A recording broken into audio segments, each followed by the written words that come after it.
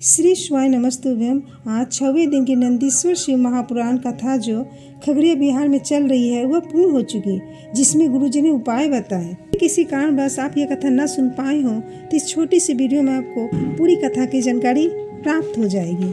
बढ़ते हैं कथा की ओर। गुरुजी ने कहा, सारे देवी देवताओं को 56 भोग लगता, पर मेरे महादेव को इसलिए भोग नहीं लगते क्योंकि मेरे महादेव पृथ्वी लोक में रहते। महादेव जानते हैं मैं 56 भोग खाऊंगा और मेरे मंदिर के बाहर जो बैठा है कोई भी चूक भूखा है तो मेरा 56 भोग खाना बेकार है। जो महादेव की स्तुति करते महादेव उन्हें 56 भोग खिला देते पर खुद नहीं खाते। गुरुजी कहते हैं, जिसके अंदर पाप भरा होता उसे संत अच्छा नहीं लगता, उसे शिव महापुराण की कथा अच्छी नहीं लगती। मंदिर, भगवान का भजन, धर्म और भगवान की भक्ति अच्छी नहीं लगती। उसी तरह शरीर में ताप, बढ़ता हुआ बुखार, बढ़ती तो भोजन अच्छा नहीं लगता। आगे गुरुजी कथा में बताते हैं, पूरा घर भजन नहीं करता, पूरा घर कथा नहीं सुनता, पूरा घर शिव के मंदिर नहीं जाता, पर अपने घर में कोई एक व्यक्ति ऐसा है जो भगवान की भक्ति में डूबा हुआ है, भगवान से लगा हुआ है, तो समझ ले वह अकेला पूरा घर को पार लगा देता। गुरुजी ने कहा, मकान देखकर किसी सुंदरता का अंदाजा न लगाए। मकान किसी का भी अच्छा हो सकता, सुंदरता बंगले मकान से नहीं होती, सुंदरता दिल से होती, न कि मकान से होती है। गुरुजी ने निवेदन किए, आप कुबेरेश्वर धाम में कंकर शंकर को पूजन करिए, पर गुरुजी ने कहा, आप एक गलती करते, वह न करें। आप कंकर शंकर की पूजन करें। पूजन करने के बाद निर्माल्य सामग्री को एक जगह किसी स्थान किनारे में रख दे, जमीन में उसे छोड़कर न जाए। कई लोग कहते आप गुरु माँ को समय नहीं देते। गुरुजी इस पर कहा, हरिद्वार में जब कथा थी, नीलकंठेश्वर महादेव को दर्शन करने गए थे, गाड़ी 2 बार पलटी खाई, उसके बाद गाड़ी उलट कर रुक गई, तीसरी पलटी खाती तो गाड़ी खाई में जाती। गुरुजी अपने धर्म पत्नी से यही कहा, पहले का समय आप सबके लिए था, पर अब महादेव ने अब भजन करने के लिए बचा के रखा है, अब महादेव का समय है। गुरुजी ने कहा, जो कहते मेरा बेटा या मेरी बेटी की शादी नहीं हो रही, क्या करे?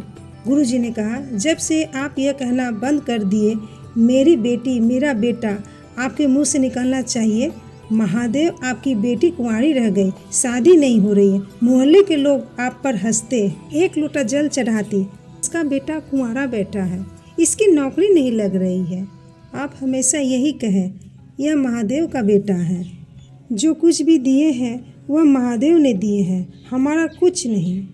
गुरुजी ने उपाय बताए, जैसे महादेव पार्वती जी को शिवलिंग में जलाधारी के रूप में रखते, उसी तरह नंदी सुयसा को जिस जगह पर आप बैठेंगे, बैठने की जगह सुयसा का स्थान कहलाता। जो शिवलिंग पर जल चढ़ाने के बाद नंदी का स्पर्श कर कर जाएगा, वह यश वैभव अपने साथ लेकर जाएगा। बढ़ते पत्र की ओर। रुचि पांडे, उनकी शादी 2015 में हुई थी। संतान सुख नहीं था, डॉक्टर भी दिखाया पर संतान सुख नहीं। वह कथा सुना प्रारंभ की और टीवी के सामने बाबा को प्रणाम की, पशुपति व्रत की, सफेद आंकड़े का प्रयोग किया, जल बेलपत्र चढ़ा के आचमन करना प्रारंभ की। उन्होंने 2 बार पशुपति व्रत किया, बाबा ने उन्हें 2 पशुपति व्रत का फल दे दिए। उन्हें एक बेटा एक बेटी हुई। दूसरा पत्र मनोज कुमार सिंह, लखीसराय से, उनकी उम्र 52 वर्ष की थी। शादी 1989 में हुई थी। 34 साल शादी हो गए थे पर संतान सुख नहीं था। डॉक्टर को दिखाया पर कोई फायदा नहीं हुई। 2019 में उनकी पत्नी टीवी में कथा सुनी। टीवी के सामने पति पत्नी आसन लगाकर बैठकर कथा सुनी, प्रार्थना की, सफेद आंकड़े का प्रयोग करा। दोनों साथ में शिव जी पर जल चढ़ाते और जल का आचमन करते। बाबा की कृपा से उनके यहाँ पुत्र रत्न की प्राप्ति हुई। उनका नाम उन्होंने शिव रखा। गुरुजी आगे की कथा जानकारी देते हुए बताते हैं, सावन के महीने में पुष्कर में शिव महापुराण की कथा होगी। कथा का समय 1 से 4 बजे तक होगी। यह कथा 5 तारीख से 11 तारीख तक चलेगी।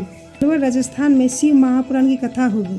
कथा का समय 1 से 4 बजे तक रहेगी। ये थी कथा की आज की मुख्य बातें। उम्मीद करते हैं आपको ये कथा जरूर पसंद आई होगी। श्री शिवाय नमस्तुभ्यम। हर हर महादेव।